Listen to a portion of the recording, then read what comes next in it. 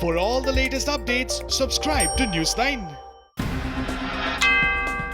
The People's Liberation Army creates massive signage in the north bank of Pangong Tso in eastern Ladakh to claim it as Chinese land. This move shows that China has no intention of leaving the area anytime soon.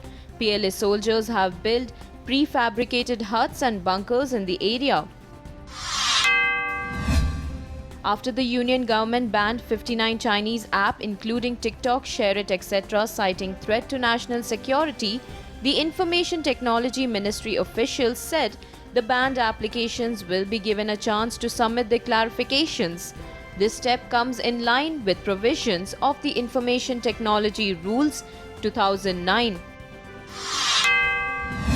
External Affairs Minister S. Jaishankar held bilateral discussion with his French counterpart Jean-Yves Le Drian. The two leaders reportedly discussed issues of contemporary security and political importance in the two nations.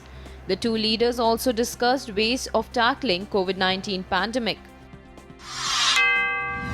Tamil Nadu Higher Education Minister K.P. Anbalagan tests positive for COVID-19.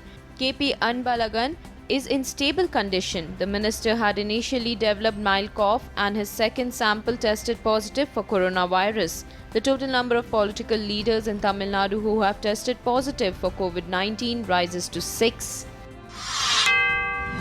PM Narendra Modi, while addressing the countrymen on June 30th, announced free food grain scheme for the poor till November. The PM also pitched to go vocal for local to strengthen economy further. The PM also requested the countrymen to stay safe and take all preventive measures. Food and Public Distribution Minister Ram Vilas Paswan welcomes PM Narendra Modi's announcement to extend the Pradhan Mantri Garib Kalyan Anna Yojana till November. The minister says it's a historic step taken by PM Modi. After wreaking havoc in several parts of the country, bringing misery to the farmers by destroying crops and acres of land, the locusts have now invaded Kathmandu. Swarms of locusts were seen entering the region.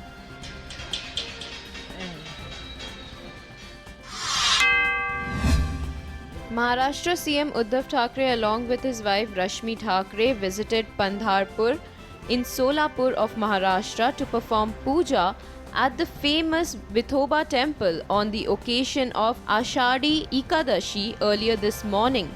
The CM did this as per the tradition on behalf of the state government.